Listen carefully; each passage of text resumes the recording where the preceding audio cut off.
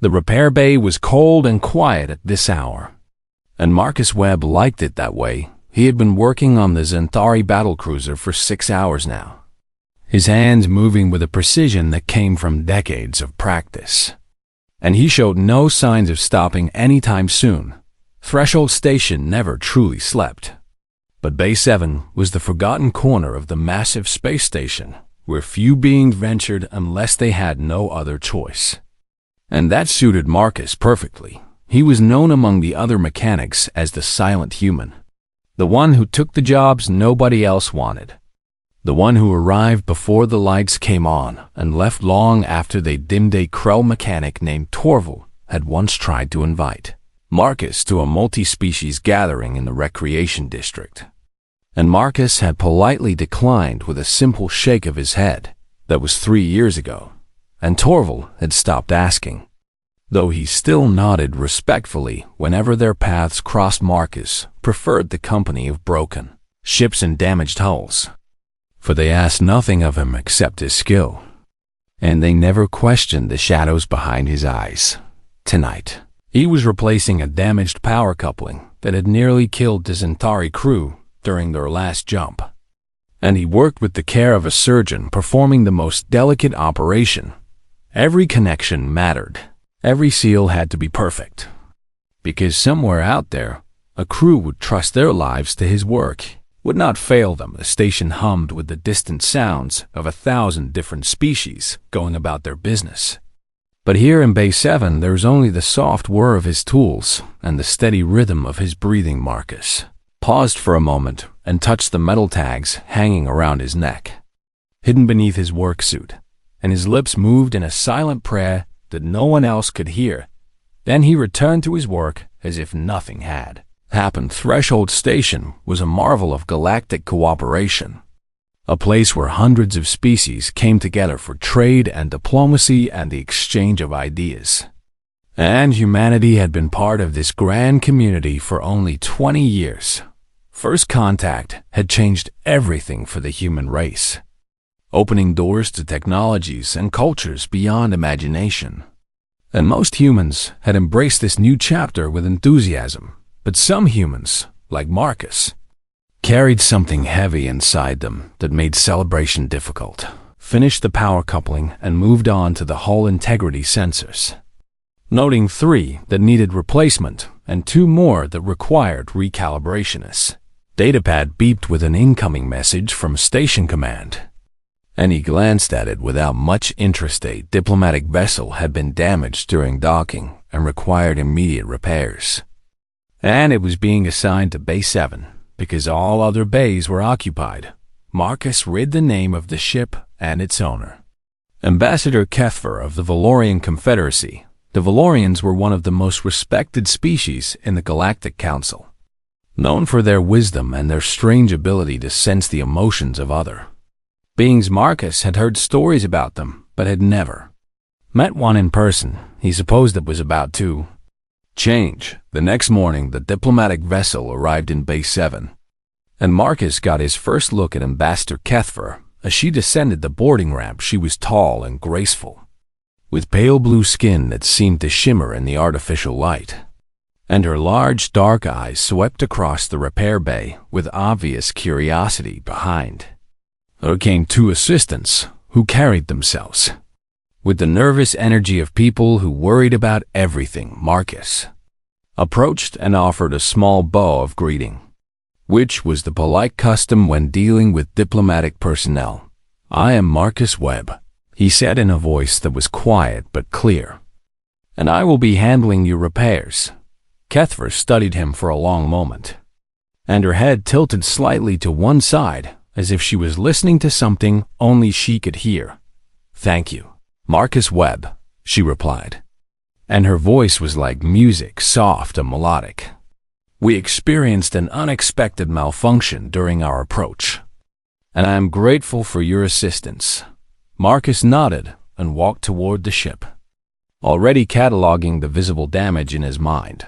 The port thruster assembly was scorched in a way that suggested an internal failure, but something about the burn pattern seemed wrong to him. He would need to examine it more closely. How long will the repairs take? One of the assistants asked, his tone suggesting that time was very valuable to important people like themselves. 3 days, Marcus answered without looking back. Maybe 4, if the damage is worse than it appears. The assistant started to protest, but Kethfer raised a hand to silence him. Take whatever time you need, she said, and her dark eyes remained fixed on Marcus with an intensity that made him slightly uncomfortable. Quality is more important than speed.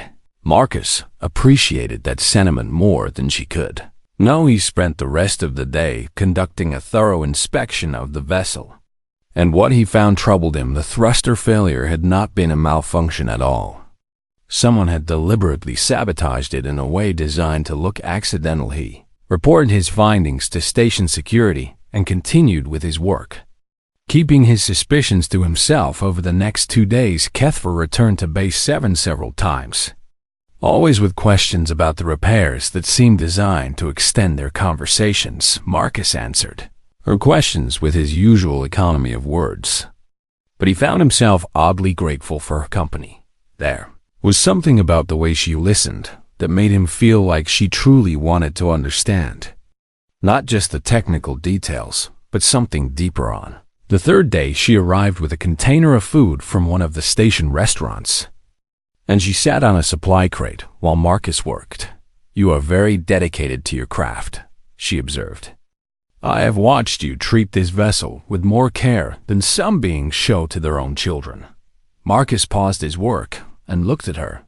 Ships keep people alive, he said simply. That matters. Kethfer was quiet for a moment, and her expression became thoughtful. I sense a great weight in you, Marcus Webb, she said softly. A grief that you carry like armor around your heart. Marcus felt his chest tighten, and he turned back to his work without responding.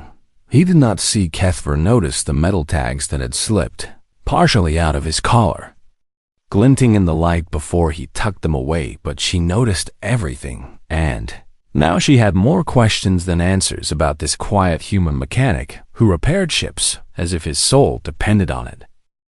Kethfer found herself thinking about the human mechanic long after she should have been attending to other matters. Her diplomatic mission to Threshold Station was supposed to be about observing human integration into galactic society, writing reports for the Council about this strange new species that had joined their community only 2 decades ago. But Marcus Webb had become a mystery she could not ignore. She returned to Base 7 the next morning with a container of sweet Valorian tea, and she found Marcus already at work on the underside of her ship. His movements were precise and controlled, like a dancer performing a routine he had practiced 1,000 times.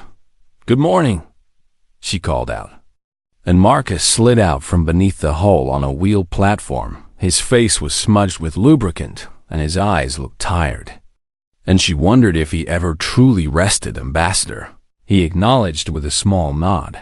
I brought tea, she said, holding up the container. I thought you might appreciate something warm while you work. Marcus hesitated for just a moment before accepting the offer, and they sat together on supply crates while he took small sips of the unfamiliar drink. Kethver watched him carefully, using her empathic abilities to read the emotions that flowed beneath his calm exterior. What she found there made her heart ache. Layers of grief stacked upon grief, old wounds that had never healed, and a loneliness so deep it seemed bottomless. Yet there was also something else, a fierce determination and a sense of purpose that burned like a small flame refusing to die. Tell me about your work, she said gently. How did you become a ship mechanic? Marcus was quiet for a long moment, and she thought he might not answer at all. I learned during the service, he finally said. Military engineering. This was interesting new information, for she had researched human culture extensively and found very little about their military history. The databases were strangely empty on the subject, as if someone had deliberately removed the records. Were you a soldier? She asked. Engineer, Marcus corrected. Combat engineer, He said nothing more. And Kethfer sensed that pushing further would only make him retreat into silence instead. She changed the subject and asked about the technical challenges of repairing so many different types of vessels. Marcus seemed more comfortable with this topic, and he explained the differences between Xanthari power systems and Crow propulsion technology and the unique challenges of Civithi life support systems. She found herself genuinely fascinated by his knowledge. A young Krell apprentice named Dorvak came into the bay later that morning, seeking Marcus's guidance on a repair he was attempting in Bay 12. Marcus walked the young alien through the problem with patient precision, never raising his voice or showing frustration at the apprentice's mistakes. "Why do you care so much?" Dorvak asked after Marcus had explained the importance of triple-checking every connection. "It is just a cargo ship." Marcus fixed the young Krell with a look that made Dorvak stand a little straighter. "Someone is trusting their life to that ship," Marcus said quietly. "That is never just anything." Dorvak nodded and hurried back to his own bay. And Kethfer felt something shift in her understanding of the human before her. This was not simply dedication to a craft. This was something closer to a sacred duty. She began to spend more time in Bay 7, finding excuses to observe Marcus at work and engage him in conversation. Slowly, very slowly, he began to open up to her about small things. His preference for manual repairs over automated systems, his appreciation for well-designed spacecraft, his quiet admiration for the diversity of the galactic community. But whenever she approached certain topics, particularly anything related to his past or his military service, he would grow silent and change the subject. One afternoon, she asked about Earth, about the planet where humanity had evolved and built their civilization. "It is beautiful," Marcus said. And for just a moment, his voice carried a weight that revealed how much that word meant to him. "Green and blue and full of life. You miss it?" She asked. "Every day," he admitted. And then he turned back to his work, as if he had already said too much. That evening, Kethfer encountered a group of beings in the diplomatic quarter who were speaking loudly about humans. They belonged to a species called the Vraks, tall and angular beings with sharp features and sharper opinions. "The humans hide something," one of them was saying. "They arrived in council space with technology that rivaled our own. Yet they claim to be a young species. Suspicion is not evidence," another diplomat injected. But the Vraks continued their accusations. "We have heard rumors of wars, of weapons, of secrets buried in their past." The first Vraks insisted the council should demand full disclosure before allowing them any further access. Kethfer found herself wanting to defend the humans, to defend Marcus specifically, but she realized she did not have the information to do so. What was humanity hiding? She decided to find out. That night she followed Marcus at a careful distance as he left Bay 7 and made his way through the station corridors. He walked with a slight limp she had not noticed before, and she wondered what injury had caused it. His quarters were in a modest section of the station, nothing like the luxury accommodations given to diplomats and wealthy traders. She watched as he entered his small apartment, and she saw through the briefly opened door that the living space was simple and sparse. But there was another door inside, one that seemed to lead to a second room, and she caught a glimpse of soft light glowing from within before the main door closed. What was in that room? She almost walked away, telling herself that everyone deserved privacy and that her curiosity was overstepping proper boundaries. But then the door opened again, and Marcus stood there looking at her with eyes that held no anger, only a tired resignation. "You followed me," he said. "I apologize," she replied, feeling genuine shame at being caught. "I did not mean to intrude." Marcus studied her for a long moment, and she felt his emotions shift from guarded caution to something that might have been acceptance. "You want to know what I am hiding?" He said. It was not a question. "Yes," she admitted. I do. Marcus nodded slowly, and his hand reached up to touch the metal tags beneath his collar. Then I suppose it is time, he said quietly. Come back tomorrow night and I will show you everything. He closed the door before she could respond. And Kethver stood in the corridor with her heart beating fast. Tomorrow she would have answers. She only hoped she was ready for them. The repairs on Kethver's ship were complete, but she did not leave Threshold Station. Instead, she found Marcus in Bay 7 as the station lights dimmed to simulate evening, and he was cleaning his tools with the same careful attention he gave to everything. You came, he said without looking up. You invited me, she replied. Marcus set down his tools and rose from his workbench. And for a moment, he looked older than she had ever seen him, as if the weight he carried suddenly became visible. What I am about to show you, he said slowly, very few beings have ever seen. Why show me? She asked. Marcus considered the question carefully before answering. Because you have been kind to me, he said. And because I am tired of carrying this alone. And because maybe it is time for someone outside of humanity to understand. He led her through the station corridors to his quarters, and she noticed that his limp was more pronounced tonight inside. His apartment was exactly as sparse as she had glimpsed before. A simple bed, a small cooking area, a chair facing a window that looked out at the stars. But there was that second door, the one with the soft light behind it. Marcus placed his hand on a scanner beside the door, and it read his palm and his retina and something else she could not identify then. The door slid open. Kethver stepped inside and felt her breath catch in her. Throughout the room was a memorial. Dozens of suits of powered armor lined the walls, each one mounted on its own display stand like soldiers standing at eternal attention. But these were not pristine museum pieces.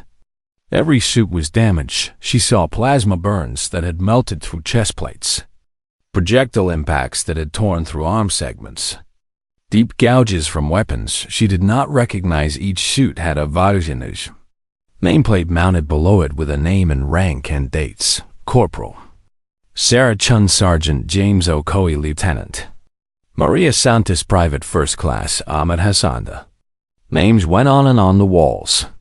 Between the armor, displays were covered with photographs and medals, and patches and tags like the ones Marcus wore around his neck. She saw images of humans in uniform, smiling at cameras, standing together with their arms around each other. Young faces full of hope and determination. Dead faces now. She realized in the center of the room was a holographic display showing a planet of blue oceans and green continents and white clouds Earth, but this was not a peaceful image. It showed the planet under siege, with burning ships in orbit and fire falling from the sky. What happened? Kethver whispered. Marcus stood beside her, his eyes fixed on the hologram of his dying homeworld. 30 years ago, he began, and his voice was steady despite the emotion she could feel radiating from him. Before humanity made contact with the Galactic Council, we faced an enemy that nearly destroyed us. He touched the display and the image changed, showing creatures that made Kethver's blood run cold. They were massive and wrong in ways she could not fully describe. Beings that seemed to exist outside the normal rules of reality. We called them the Devourers, Marcus continued. They came from somewhere else, some dimension beyond our understanding, and they consumed everything in their path. The images showed battles on a scale Kethver had never imagined. Fleets of human ships engaging nightmare creatures in the darkness of space. Soldiers in powered armor making desperate stands on the surface of moons and planets. They had already destroyed a dozen systems before they reached Earth, Marcus said. We did not know about the Council then. We did not know there was anyone else out there. We thought we were alone in the universe and we were going to die alone. How long? Kethver asked. 4 years, Marcus answered. 4 years of constant war, of losing ground, of watching our cities burn and our people die. He touched the display again, and showed her the numbers. 4 billion dead. Half of humanity's military destroyed. 3/4 of their orbital infrastructure reduced to debris. We lost everything, he said quietly. Except ourselves. How did you win? She asked. Marcus smiled, but it was not a happy expression. We built weapons that could seal the dimensional rifts they used to enter our universe, he explained. And we launched a final assault on their invasion force in orbit of Earth. He pointed to one of the armor suits on the wall. And she saw the nameplate. Captain Yuki Tanaka. She was the one who figured it out, Marcus said. She was a physicist before the war, and she gave up everything to develop the technology that saved us. Did she survive? Marcus shook his head. 100,000 soldiers went up in that final battle, he said, wearing armor just like these suits you see here, knowing most of them would never come back down. How many survived? 12,000, Marcus replied. I was one of them. He walked to a suit in the corner, one that was notably different from the others. It was undamaged. The nameplate read, Sergeant Marcus Webb. This was my armor, he said, touching the chest plate gently. I could never bring myself to put it away with the others, because putting it away would mean accepting that I survived, and they did not. Kethver felt tears forming in her eyes. And she did not try to stop them. Why hide this? She asked, why did humanity not tell the council about what you survived? Marcus turned to face her, and his expression was more open than she had ever seen. We made first contact within a year of winning the war, he explained, and we were broken. We were traumatized. We had become weapons ourselves. He gestured at the armor suits surrounding them.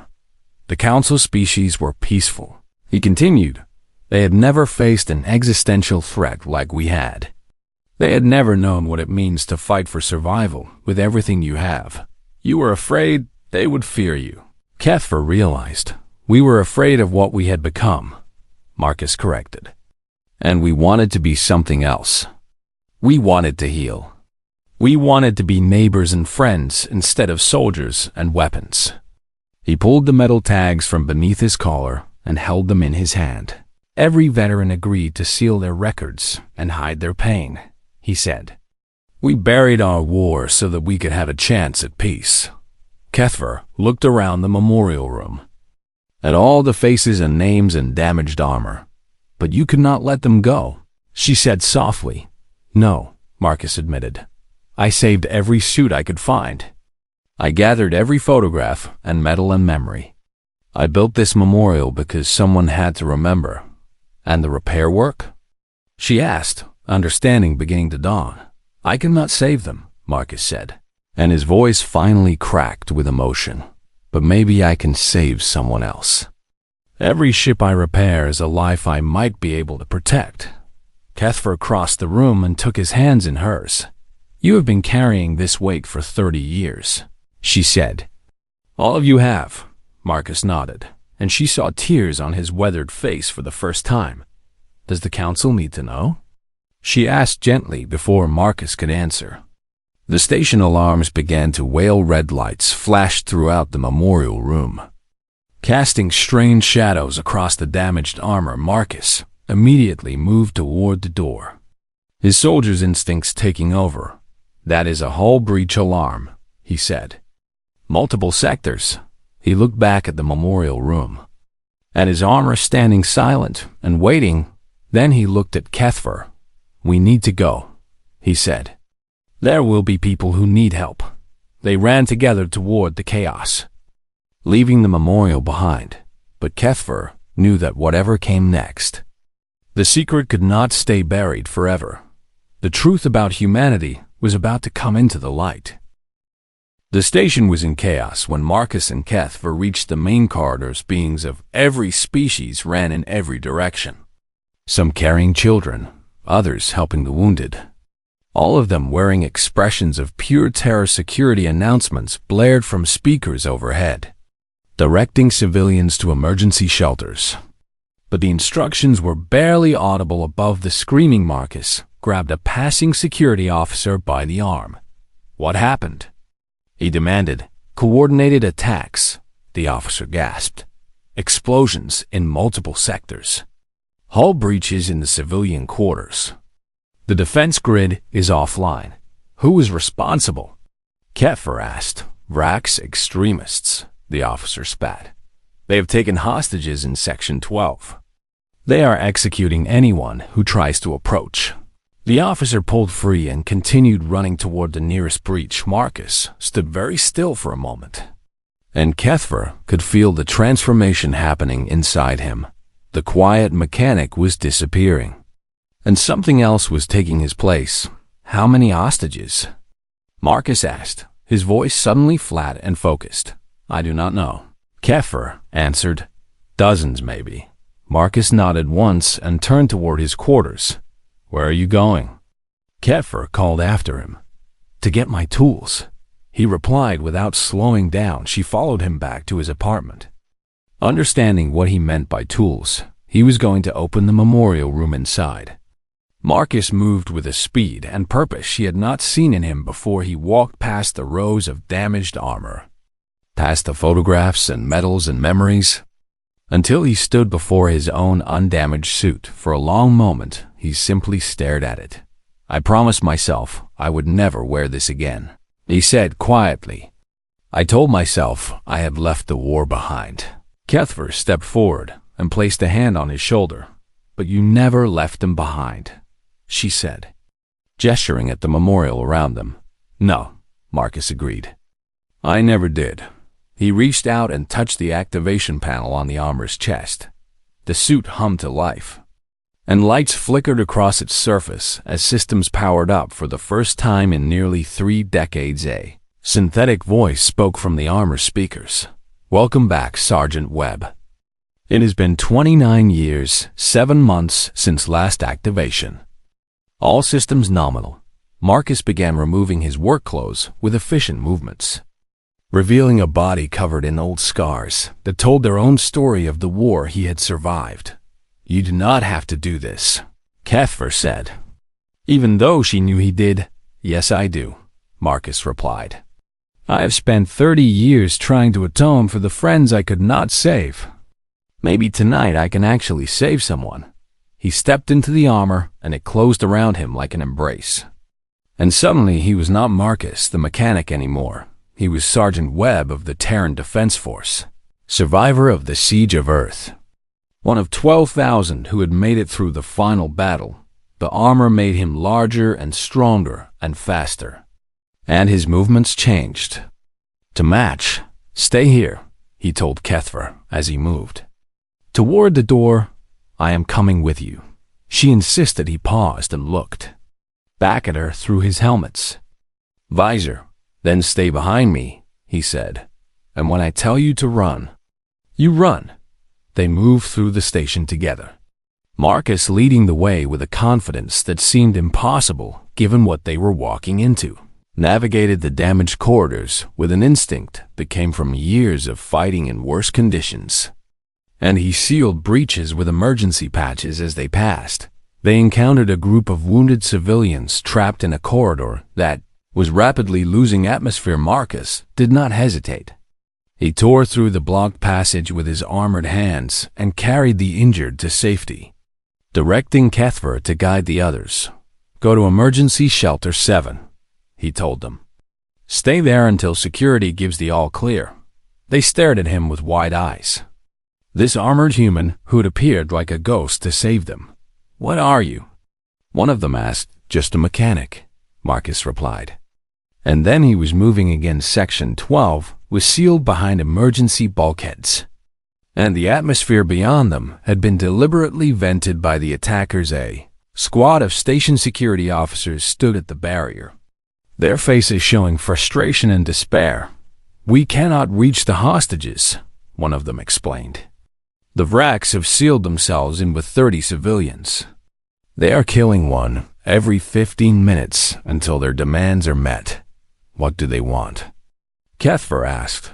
They want humanity expelled from the Galactic Council, the officer answered bitterly.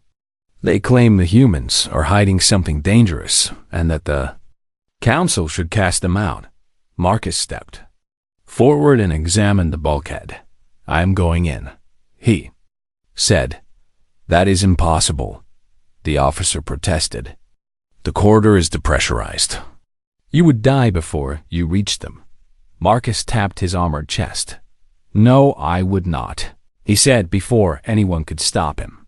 He opened the emergency hatch and stepped into the vacuum. The security officers watched through the viewport as the armored human walked calmly through the airless corridor, his suit keeping him alive where any unprotected being would have died in seconds. Marcus reached the barricaded section where the Vracs had fortified their position, and he found a maintenance hatch that allowed him to bypass their defenses inside. The Vracs had restored atmosphere to keep their hostages alive, but they had killed 3 already. The bodies lay in the center of the room as a warning to anyone who might try to interfere. Marcus counted 8 Vracs terrorists, all armed with weapons that would have been deadly to any normal being. They saw him emerge from the maintenance hatch, and their leader raised his weapon.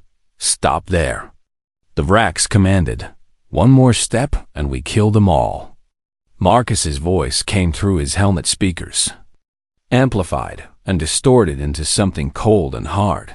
"Let them go," he said. "This is your only warning." The Vracs leader laughed and fired his weapon directly at Marcus's chest. Plasma bolts struck the armor and dissipated harmlessly, leaving not even a scorch mark. The laughter died. Marcus moved with a speed that seemed impossible for someone in such heavy armor. He crossed the distance to the first terrorist in less than a second and disarmed him with a twist of his wrist that was almost gentle. The weapon clattered to the floor, followed by its owner. The other Vracs opened fire, but their weapons might as well have been toys against the powered armor of a Terran. Defense Force veteran Marcus moved through them like a storm, never killing, but making sure each one would not rise again in less than 2 minutes. All 8 terrorists were subdued, and the hostages were free. A Krell child was the first to approach him, a young girl who had been crying in the corner throughout the ordeal. She walked up to Marcus's armored form and wrapped her small arms around his leg. "Thank you," she whispered. Marcus knelt down until his helmet was level with her face, and something in him that had been locked away for 30 years finally broke open. Kethver reached the room to find him there, still kneeling, tears streaming down his face beneath his helmet around them. The hostages were staring at this strange armored human with expressions of wonder and gratitude. None of them knew what they had just witnessed, but they would remember it forever, and none of them knew that the station's security cameras had captured everything, broadcasting it across Threshold Station and beyond, to a galaxy that was about to learn the truth about humanity. The aftermath of the attack brought chaos of a different kind to Threshold Station. Marcus stood in the station command center, still wearing his armor, surrounded by security officers and diplomats and officials from a dozen different species. News feeds across the galaxy were broadcasting footage of his rescue, showing an armored human walking through vacuum and defeating 8 armed terrorists in seconds. The secret was out, and there was no putting it back. Athalver stood beside him, refusing to leave his side despite suggestions from her own diplomatic staff that she distance herself from the situation. "The Council is demanding answers," a Civithi official announced. "They want to know what else humans have been hiding. Then we will give them answers." A new voice said from the doorway. Marcus turned to see a human woman in formal diplomatic attire entering the room. Her hair was gray, and her face was lined with years of difficult service, but her eyes were sharp and determined. "I am Ambassador Sarah Okonkwo," she said, "representative of Earth to the Galactic Council, and I arrived as quickly as I could." She walked up to Marcus and looked him over with an expression that mixed respect with understanding. "The cat is out of the bag, Sergeant Webb," she said quietly. "Time to tell them everything. I was never good at speeches." Marcus replied, "You do not need to be," the ambassador said. Just tell them the truth. Within hours, an emergency session of the Galactic Council convened via holographic link representatives from dozens of species appeared in the station's largest conference chamber, their images filling the room with a rainbow of alien forms. The mood was tense and hostile, with accusations flying from multiple directions.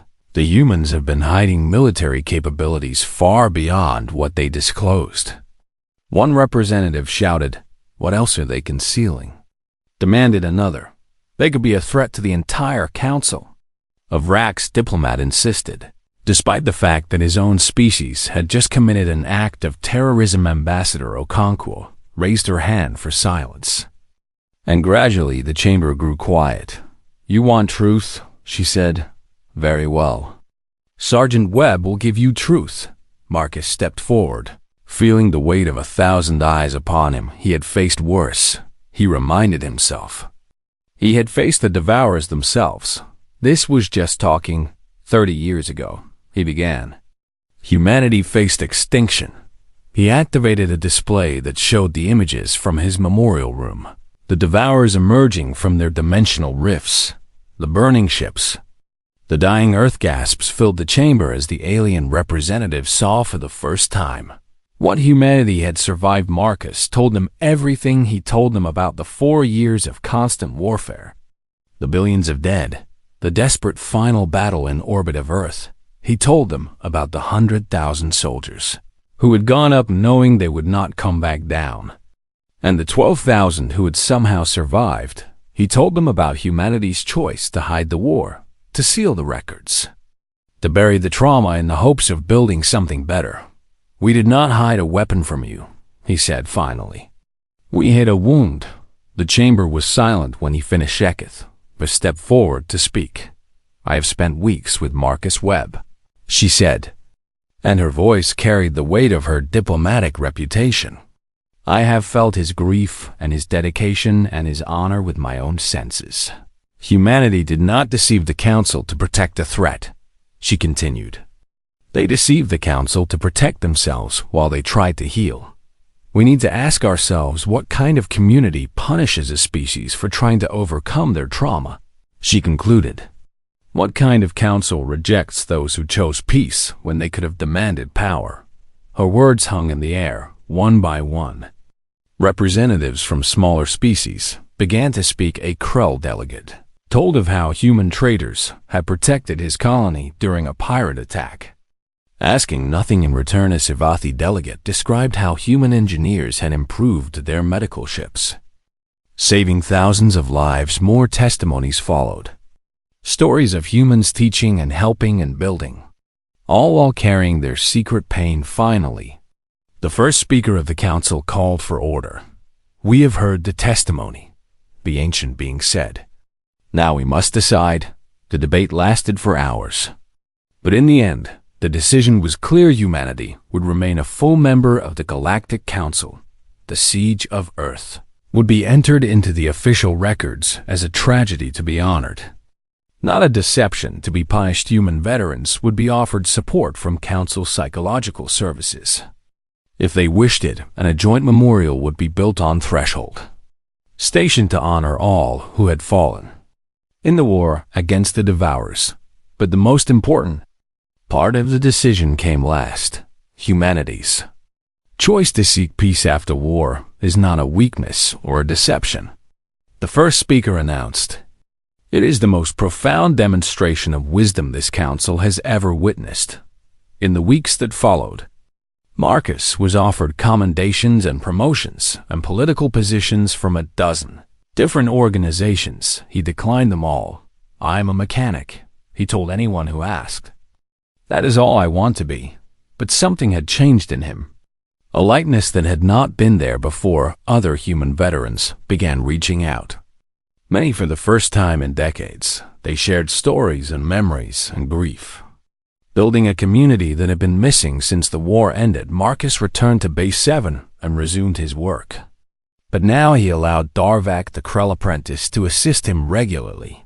He attended multi-species gatherings sometimes, and he even smiled occasionally. The memorial room in his quarters remained, But it was no longer locked veterans came to visit, and families of the fallen, and curious aliens who wanted to understand what humanity had endured. Marcus gave tours and told stories, keeping the memory alive while finally allowing others to help carry the weight on the day HFY was scheduled to return to Valorian space. She found Marcus in Day 7 one last time. He was working on a new ship, explaining something to Dorvac with patient attention. "Will you be all right?" she asked. Marcus looked at the young apprentice, then toward his quarters where the memorial waited. Then he looked at HFY, and for the first time since she had met him, his eyes held something like peace. "I think I might be," he said. Eventually, they embraced briefly, promising to stay in contact across the vast distances of space after she was gone. Marcus returned to his memorial room and added one new element to the display. Was a holographic image from the dedication ceremony of the joint memorial on Threshold Station. It showed representatives of dozens of species standing together, honoring the humans who had died to save a world that the galaxy had not even known existed. His old sergeant's name was on the central plaque, along with all the others who had not made it home. Marcus saluted the armor one final time, touching his hand to his forehead in the old military tradition. Then he turned and walked back into the light, back to Base 7, back to his work, back to the living. Behind him, the memorial stood in silent witness to what humanity had endured and what they had chosen to become. On the wall, a photograph showed Marcus's old unit smiling before the final battle, young and hopeful and unaware of what was coming below it. Someone had inscribed the quote that Marcus had suggested for the station memorial. "They asked us what we fought for." The inscription read, "We said, tomorrow," and tomorrow had finally come.